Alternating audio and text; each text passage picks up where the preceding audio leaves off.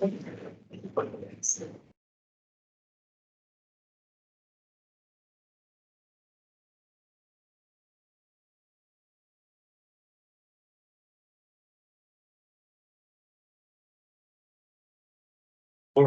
good morning.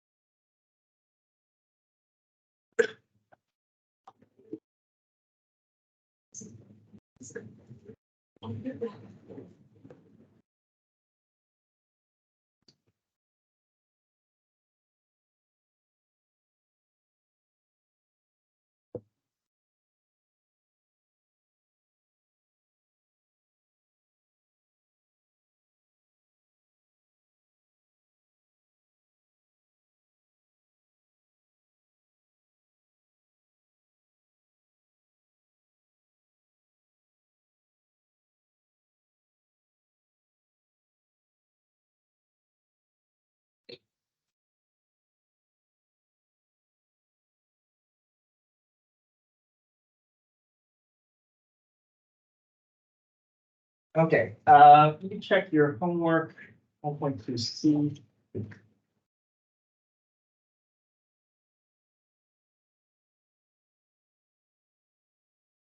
Then. Yes. Good.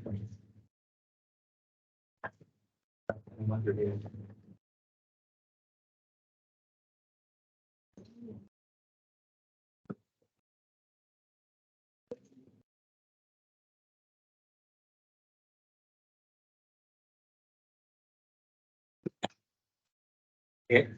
Wait, I don't know.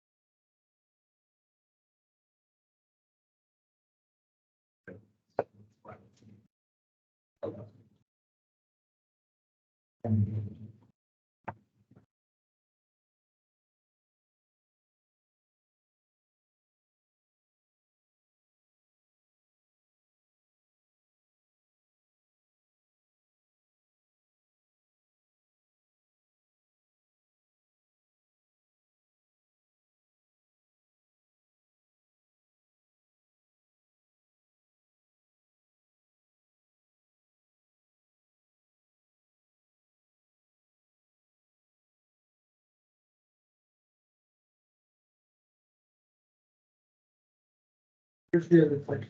Yes, I did. Oh, yeah.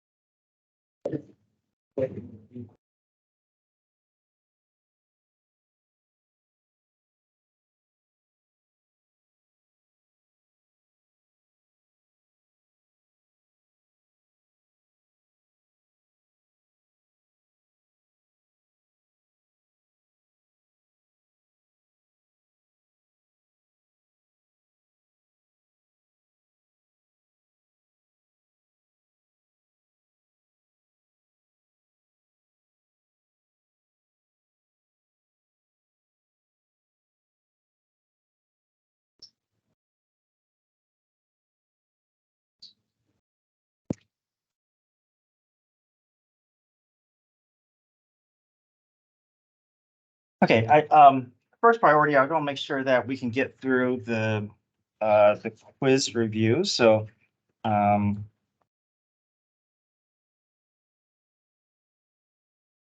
we start on the quiz review yesterday? No, okay, all right, so,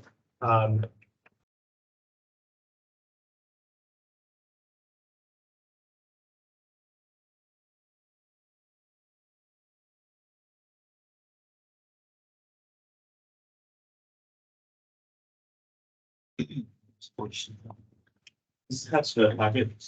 yeah, this is in your packet. Page, what's the page? 9, okay, page 9.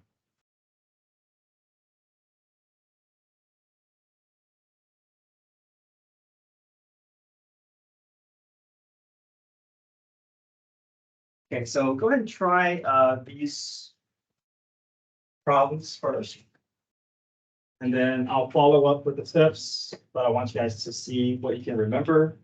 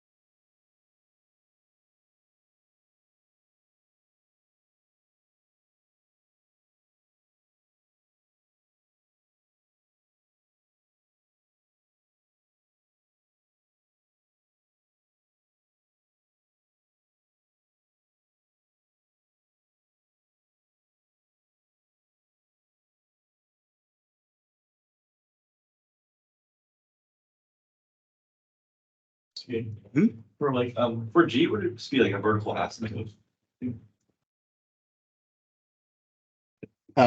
G of 6. Yeah. G of 6 is asking for what's happening at this point.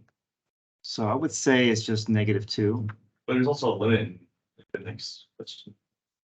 Yeah, limit x approaches 6. So, okay, so if I want to find the limit, we know that anytime we talk about limit, we always want to start with 2 points on both sides of our target, right? So we pick points on both sides of 6. We draw arrows towards 6. Are the arrows headed towards the same destination? Yes. What's that y value? Negative. -2. G of 6 is also -2.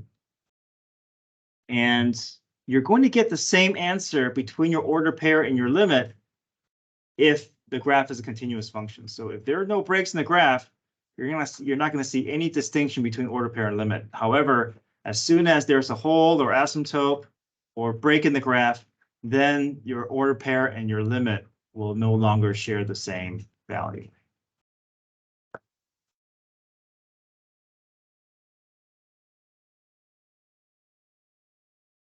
There's not a hole there, just like. You mean here? Yeah. Yeah, the graph is continuous, right? There's no hole here. Okay, yeah, thanks.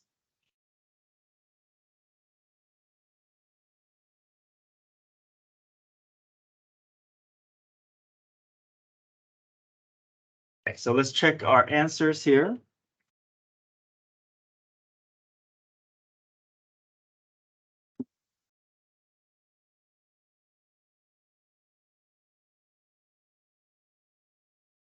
Okay, so first things first, limit as x approaches -7. I pick points on both sides of -7. And I head towards -7. Both arrows are going up. So my limit doesn't exist, but I can create a subcategory positive infinity because my arrows are both headed up. G of -7 is equal to 5. There's the order pair that's sitting at this point. Okay. Now, again, normally you would never be able to have a point that sits on an asymptote, but because this is a piecewise function, you got differently defined functions that are it's a piecewise function. So yeah, you got a function that has the asymptote, and you got another function that is just plotting that point there. So as long as it doesn't fail the vertical line test, that's considered still a function. Okay. Approaching -4, so I pick points on from both sides of -4. From the left side is approaching this y value. From the other side is approaching a different y value. The arrows are obviously not in agreement, so therefore my limit doesn't exist. Okay. G of -4, I'm just looking to see, is there any point that's defined somewhere at -4? There is, there's a point here, so G of -4 is -2.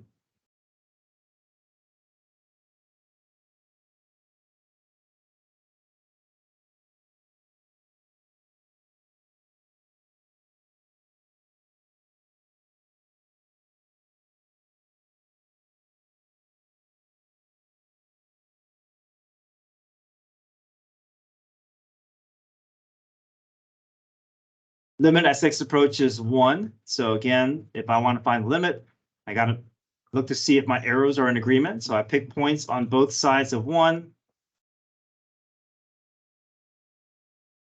And then head towards 1, and you see the arrows are in agreement. They're both pointing me to this y value of -5. G of 1, is there anything to find at 1? This is a hole, so there's nothing to find here, but there is a point to find there. G of 1 is 3. And we talked about G of 6, it's just that order pair. And limit as x approaches 6, pick points on both sides of 6, and they're both, if I draw them towards 6, they're both headed towards a y value of -2. Any questions with the top portion?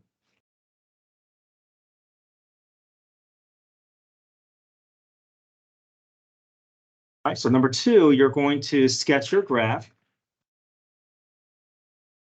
And again, there is room for interpretation, especially when the limit doesn't exist.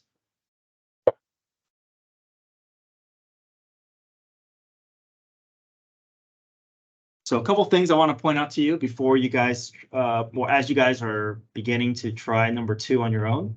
The first is that there are 3 variations of limit doesn't exist that you can create on your own. If a limit doesn't exist, you can make an asymptote and just decide however way you want your asymptote to go. You can also make an endpoint that is also fulfills the limit doesn't exist, or you can have 2 separate branches that are connecting to two different y values. That is also a limit doesn't exist. But what you don't want to do is you don't want to make a graph that looks like this, right? If you just make a hole there, the point doesn't exist, but this is a limit that does exist. So this would not be fulfilling that condition. And then if the problem says that, oh, right. So we talked about it. This is from number 1 here that if you're able to subcategorize, you want to subcategorize. And there are times where infinity, you're unable to subcategorize. If they're not headed in the same direction, you can just leave them as D and E. But if they're both arrows are headed the same direction, then we need to have that subcategory. Okay, same thing here is if the description says, oh, the limit as x approaches 3 of f of x is infinity, then you need to make sure that you have arrows pointing up from both sides of the asymptote.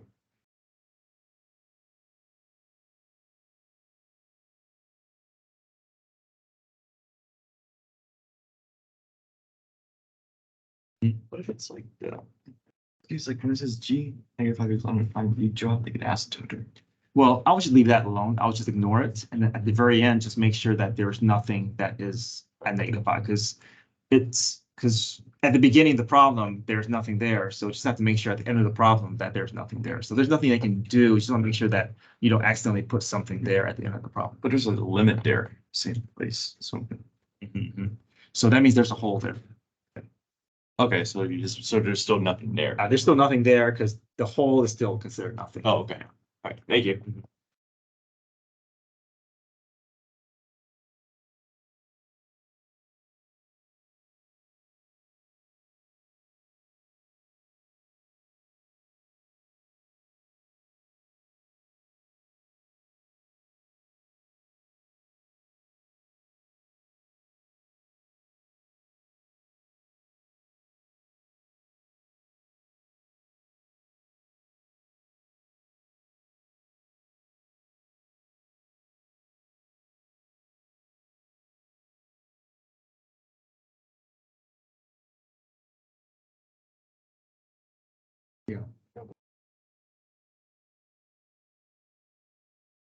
So again, everyone's graph may look slightly different, but I will point those things out to you so that you know where things can look different.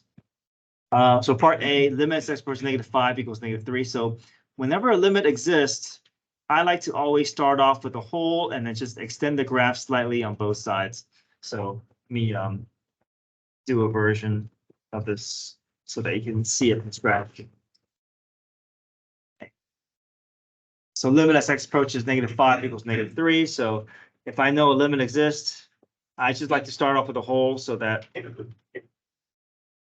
I can, if I need to fill it in later, I can fill it in later, but at least I fulfilled my condition, right? I don't want to fill it in just yet because maybe the point is defined elsewhere or there's nothing defined at that point. So, but I don't want to go too far from where I started because I don't know what's going on beyond that. Okay? Here says g of -5 is undefined. Okay, so that's great because I have a hole there and that is fulfilling this condition. So I'm not going to put anything else here. I'll leave that hole there. That point definitely needs to stay undefined. Okay. G of -2 is -1. Compare. Limit as x approaches -2 is -infinity. So this tells me that there's a vertical asymptote. And in -infinity tells me that I want my graph to show arrows on both sides. So I gotta have the arrows getting closer towards my dotted line from both sides of -2.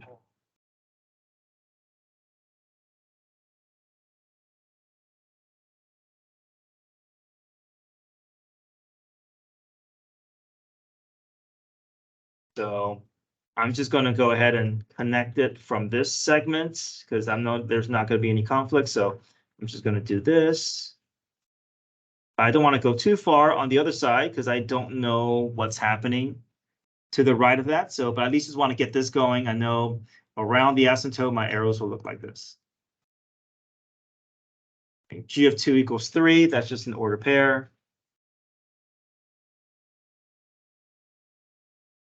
Limit as x approaches 2 equals 3. So I know my graph is going to extend from both sides to that point. And there's no need for me to put a hole there anymore because my point is living at that point. My point is where the limit is. Okay. G of 6 equals 7. That's another order pair. And then the limit as x approaches 6 doesn't exist. So I have a couple of options here. I can create a vertical asymptote out of it. I can make it an endpoint. I can make it pick up at another point and continue on.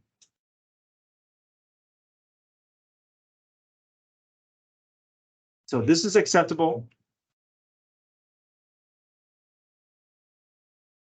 I can also make the graph connected to two different y values. That's also one, and also you can also do a vertical asymptote. So you could do a vertical asymptote, and then could you do like a little like Yeah, so you can show me.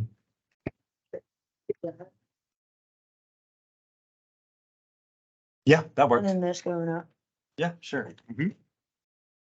Oh, that works. You use something like this. It's 6, 7, 2, 3. Vertical asymptote. Yeah, that works. Yeah, it's so fast the vertical line test because that's a whole thing. So Yeah, that's still fast vertical line test, so. Yeah, so that's another thing to keep in mind is after you finish off your graph, just look back at your graph and just convince yourself, okay, do I have any overlaps, right? I should not have any overlaps. Any vertical line that I drop, I should only hit 1 point. I should never hit more than 1 point. So you should always do that check at the very end.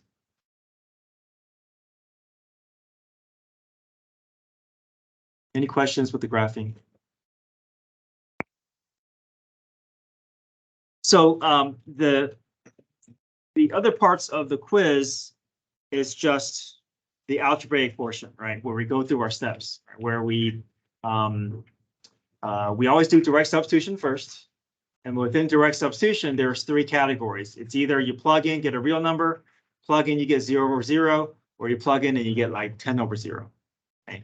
And then most of our work is going to be from 0 over 0. If you get 0 over 0, you know you got to keep going in your steps, right? If you get 0 over 0, there's 3 categories, either a factoring problem with GCF, a radical problem with conjugate, or a complex fraction where you got to deal common denominators. I don't think you discussed like the squeeze theorem. Yeah, so yeah, that's actually what I want to do next, because that's only going to take 5 minutes. So before we get to the evaluating limits, can you guys turn back to page 7?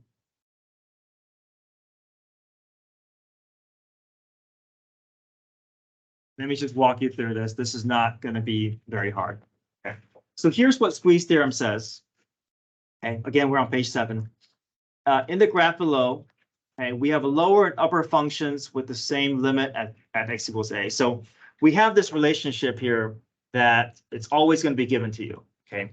There's going to be a lower function. So you see there's an F graph here, this parabola that is lower than the other two. You have the h function, which is the higher function. So you see that h is always above the other two.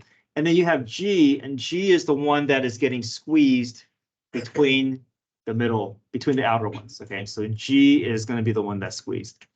So here is what we can do. Okay, we're going to try to find the limits of the g function, but we don't have enough information to just outright find the limit. We're going to rely on the outer ones. So what if the limit of f of x is, let's say, 3. And then let's say I find the limit of the outer function h of x is also 3. Well, if the lower and upper are both 3, then the middle must be what? Must be 3 as well, right? So if my outer and if my lower and upper number are both 3, then the only way for that middle number to squeeze between the two of them is to share the same value.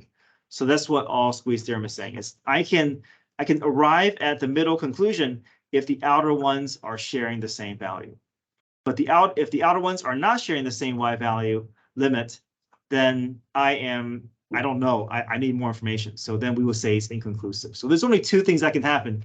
Either the outer functions give you the same limit. If it does, then you know the middle unknown is going to be that same number as well. But if the outer limits are not giving you the same value, then you would say it's inconclusive and we don't know what the limit of the middle is. So you didn't do any like algebra to try to figure out what it is? No. So for squeeze theorem, you're just working with the outer ones and saying, okay, are they in agreement? If they are in agreement, I know what the middle one. If the outer ones are not in agreement, then I need more information. It's inconclusive. I don't know what the middle one is, because if the bottom one is 2 and the upper one is 6, I know the middle one's between 2 and 6 but I mean, there are infinite numbers that's in between that I have no idea. So there's only 2 conclusions you can make. Either you know what the limit is or you don't. That thing gonna be on the quiz. So we'll do two examples, make sure you're comfortable, and we'll move on to the other parts. So here, let's look at example 3. Let h equals 1. Let f equals x squared plus 1. And we're trying to find the middle unknown limit. Okay. So let's just set everything up and put a limit in front of every one of these functions with that relationship. So we'll say the limit as x approaches 0 of f of x, which is x squared plus 1. We know that's going to be less than or equal to the limit as x approaches 0 of g of x, which is less than or equal to the limit as x approaches 0 of h of x. H of x is just 1. So again, we don't know anything about the middle ones, but we do have enough information where we can do direct substitution for the outer ones. Okay. So let's do direct substitution for for f, because f is the x squared plus 1. So if I do direct substitution, right, plug 0 in for x, what do we get? 1. We get 1. Okay, so I'm going to write this down. 1 is less than or equal to the limit as x approaches 0 of g of x. And here, if I plug 0 into this expression, I'm still going to be left with what? 1. 1. There's no variable here, right? So this is 1. So that means g of x. Right, that means the limit as x approaches 0, g of x must be equal to 1, because the only way that this number can squeeze between 1 and 1 is if it shares that same value as well. So we can say by squeeze theorem,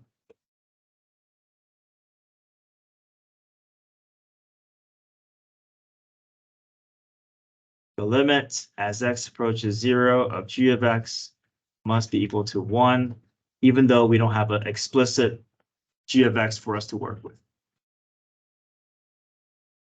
How many of these problems are you gonna please? It's just 1. So you guys want to try this one on the board here? Sure. So can you show us one where it like doesn't work? Yeah. Yeah, try this one first, and then I'll show you one that doesn't work. So if you guys can find in your room on your sheet, maybe you can put this at the top of your page if you want. It doesn't require a whole lot of room.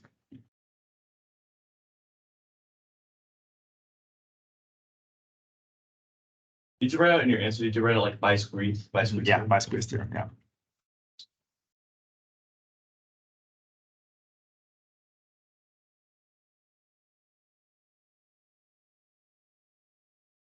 So it's on the board here, but I'm also going to put it for the video here. So let's say f is the one that is in question, that is unknown.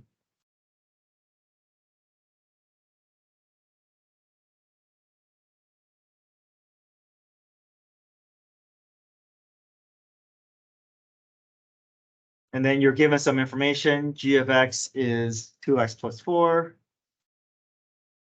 And h of x is 5x plus 1. Okay, so we set everything up. We put limit in front of all of our functions.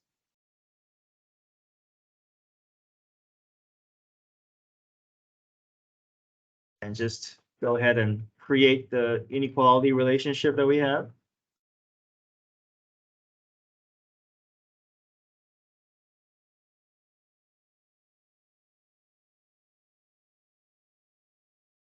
The outer ones, you're always going to be able to do direct substitution.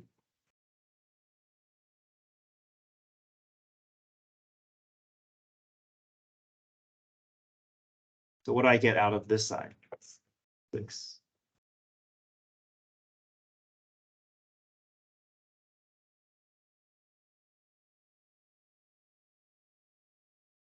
I'm sorry, what about this right side? What do I get? 6 as well. So because these are the same number, we know the limit must be what?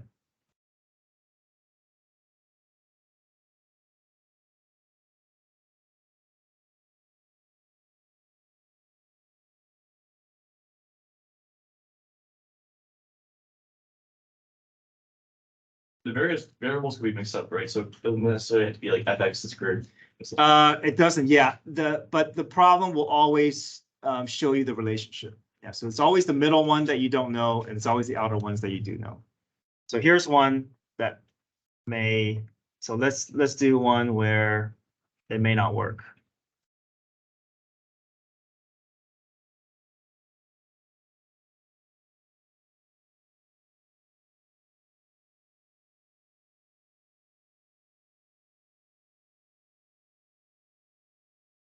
Okay, so we do direct substitution for the outer ones here.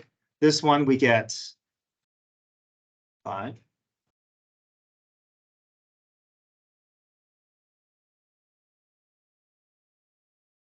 This one we get 13. So we know the limit is between 5 and 13, but do we know the exact value of the limit? We don't, right? So we say inconclusive. Oh, yeah, so you don't say does not exist, because it does exist. Yeah. It may exist, it may not exist, we don't know. Yeah. Well, we do know that it exists because it has this relationship. It's going to be a continuous function. We just don't know what it is. We don't have enough information. So there's only 2 options. Either you know what the limit is based off of the information given, or you don't know what it is because of the information that's provided. Not bad, right? You just do direct substitution on either end and just compare those numbers. Any questions with that? Okay, so let's go to page 10.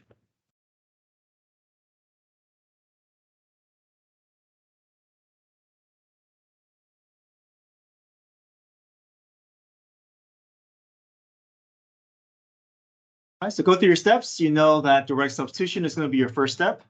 Convince yourself that you're getting a 0 over 0 before you go through all the steps with involving common denominators.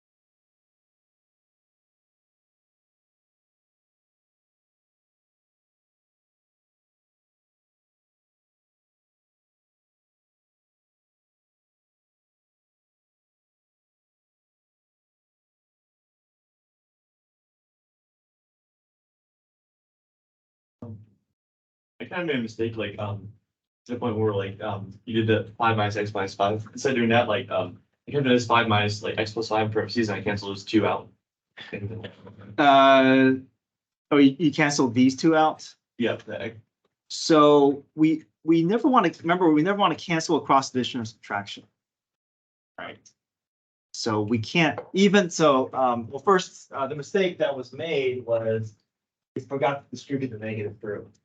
Okay, and second, if I had this, even if this were, even if this were correct,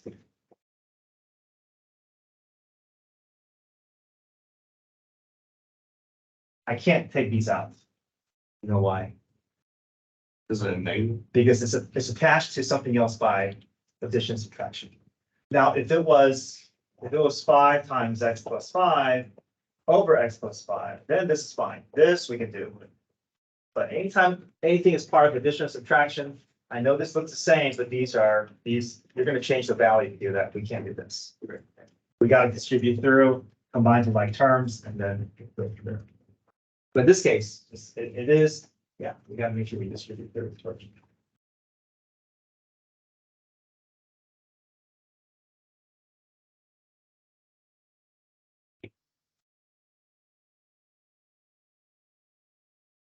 Okay, any other questions with 3? But the quiz in general, there's not gonna be any like terminology questions on it at all, right? Like it's like those AP questions from one. No, it'll be similar to this with the addition of squeeze theorem. All right, let's try number 4. First things first.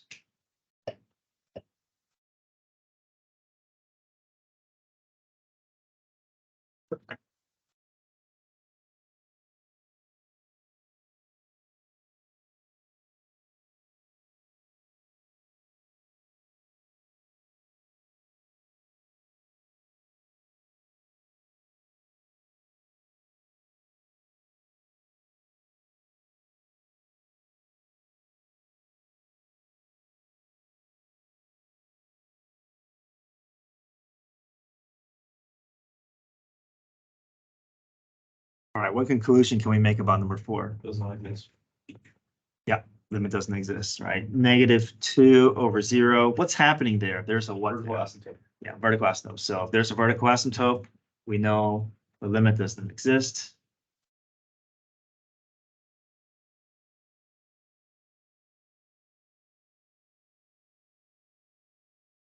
For the answer, you want us to like write the whole limit thing again, right?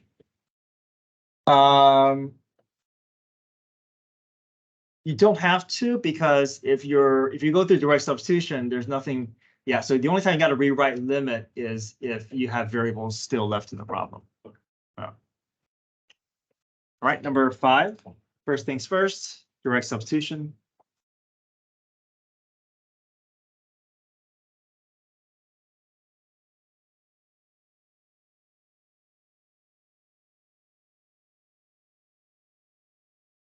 We see radicals, so conjugate method.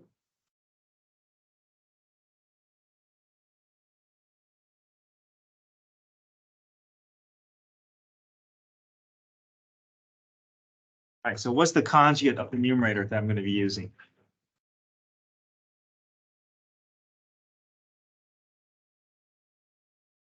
Copy the same thing below.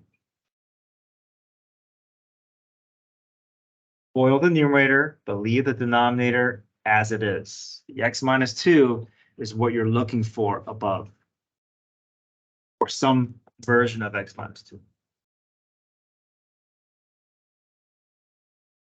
Okay, so when you FOIL out a conjugate, you only have to multiply the first pair and the last pair. Don't worry about the middle pairs. The middle pairs will just go away, cancel out. Careful, parentheses.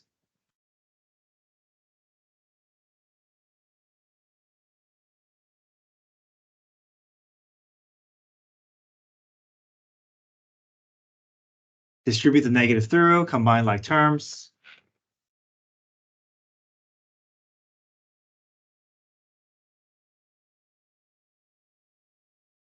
(16 minus 18 plus x).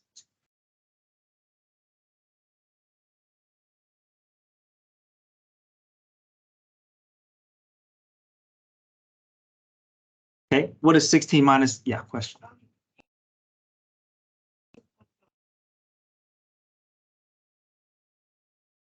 Oh, you mean like expand or FOIL out? Yeah, that's right. We don't want to FOIL out the denominator. Do you know why?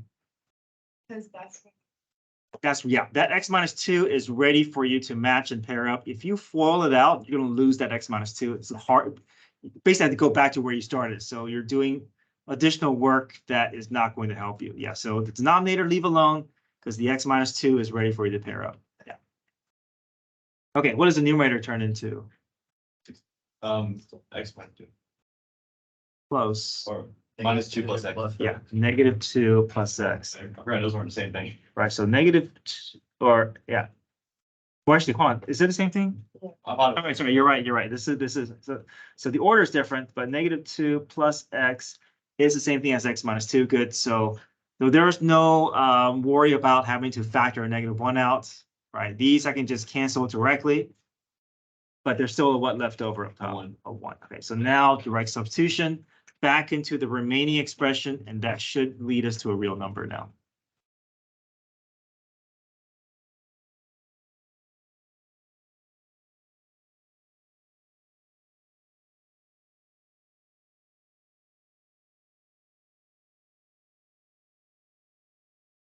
So insert 2 for the remaining X. So 18 minus 2 is 16. Root 16 is 4. 4 plus 4 is 8.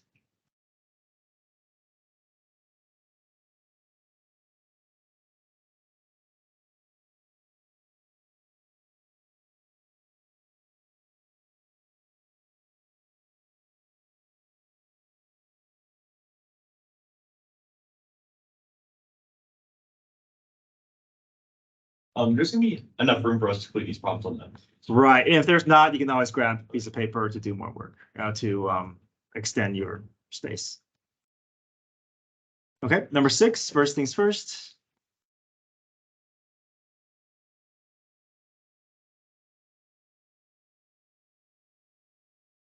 What does direct substitution give us? 0/91. Which is? That's a real number, right? That's like 1/2 or 1/3. That is a limit. Okay.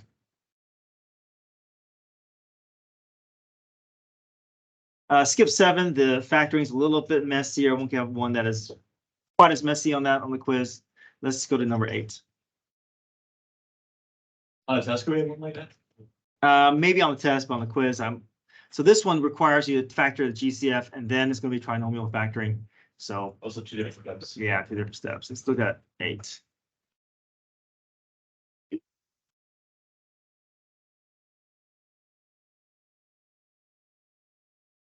Conjugate. Yep. Well, first confirm 0/0.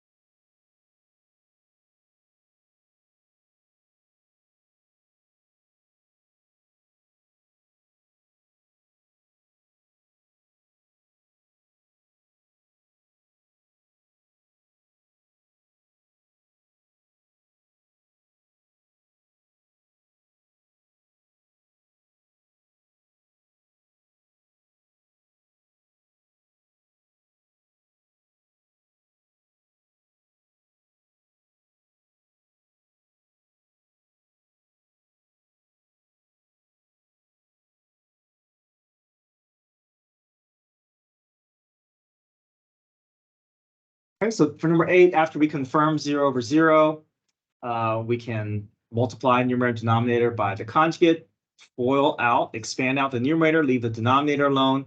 You're going to find a matching pair of X and X that you can remove above and below. And then limit as X approaches 0, plug into or do direct substitution into your remaining expression. And careful, this is 1√3 plus 1√3. √3 plus √3 doesn't equal to 3. Okay, 1√3 plus 1√3 equals 2√3. And it's okay to leave radicals in the denominator.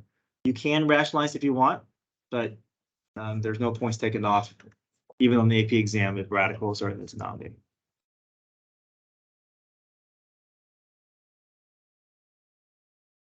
Okay, 9 and 10 are both complex fraction problems, but confirm you're getting 0/0 before you do anything else. For conjugate like multiplication, you don't change the sign within the square root, right? You only change the sign. That's right. Just change the sign between the two terms, but don't touch what's inside the radical. Yeah. Or don't change what's inside the radical.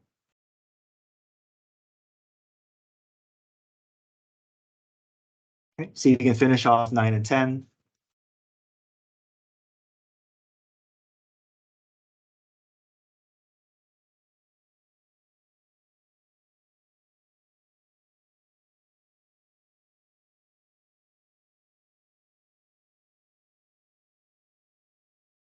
you can make 4 minus x, x minus 4. 4 minus x and x minus 4, they're different, but you can factor a -1 from one of them, and that will turn it into x minus 4. Because signs are different, right? X minus 4, the x is positive, the 4 is negative. But 4 minus x, the 4 is positive and the x is negative. Oh, yeah. So if I have 4 minus x over x minus 4, I can factor a -1 out. If I don't do that, then I can cancel it out. Okay.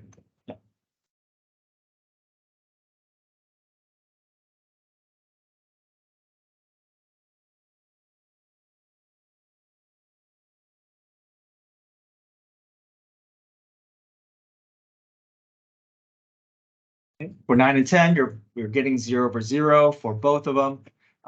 Find common denominator, clean up that numerator portion to be just one fraction, and then multiply by the conjugate of the denominator, and that'll lead you to a real number. Yeah. What if I did like -4 for like the factor instead of -1? Can you do that? Oh, you mean factor out a -4? Yeah. Well, there is, I can't think of a 4 out of this term, so that's not a common factor, right? If it was like, if it was 4 plus 4x, then I could take out a 4. Then I can take, I mean, if you want to take out -4, you can, then you would be -1 minus x.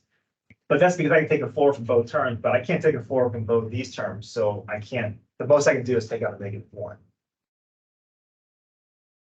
And if you're unsure about your process, you can always take your factor form and redistribute and see if it takes you back to your starting point. You can always double check your factoring by going back and see if you can get back to your starting point. If you can't get back to your starting point, then something didn't go quite right. So you can always double check your factoring by undoing the process. It should take you back to where you started, from where you started.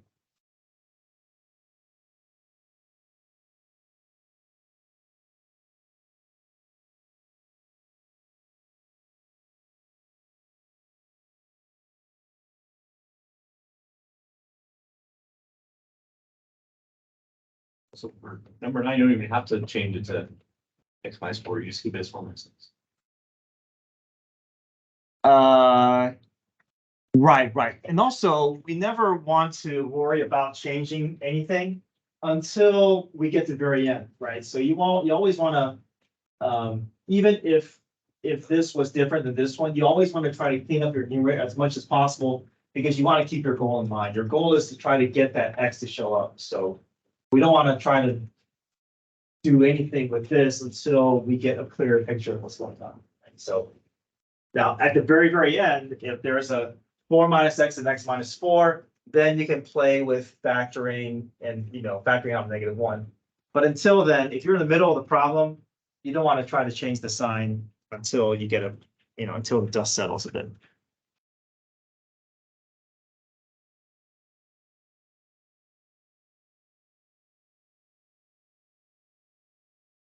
So number 10, you are going to have to look for that x minus 1 to appear in the numerator. And that is where you can factor out a -3. If I factor out a -3, I can turn this into I can get that x minus 1 to show up, and then I can reduce, and then I can reevaluate. Okay, so tomorrow is your quiz. I have the morning review for you to pick up. I have a morning review tomorrow at 7:15 in the morning, but you're more than welcome to just work through this ahead of time so you can kind of just get an extra practice review sheet. And then if you have any questions, you can always wait for me to work on it, or you can work on it before and come with questions tomorrow. I'll send out a reminder this afternoon. All right, come get your phones.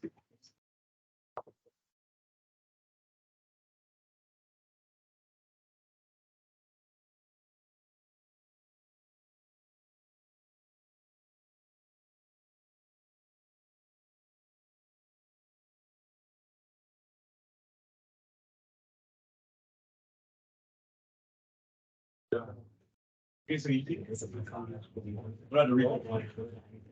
So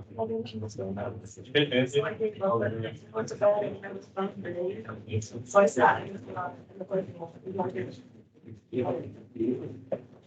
He doesn't have the one. So we might like homework packet doesn't have the extra pages. Or does it? I don't know.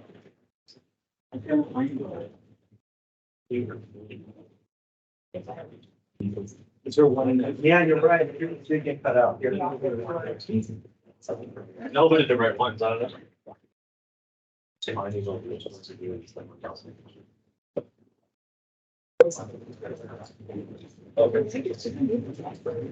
Hopefully I did the right ones, no, but. Okay, that's something. So for these right ones, like. Page 1 of this page.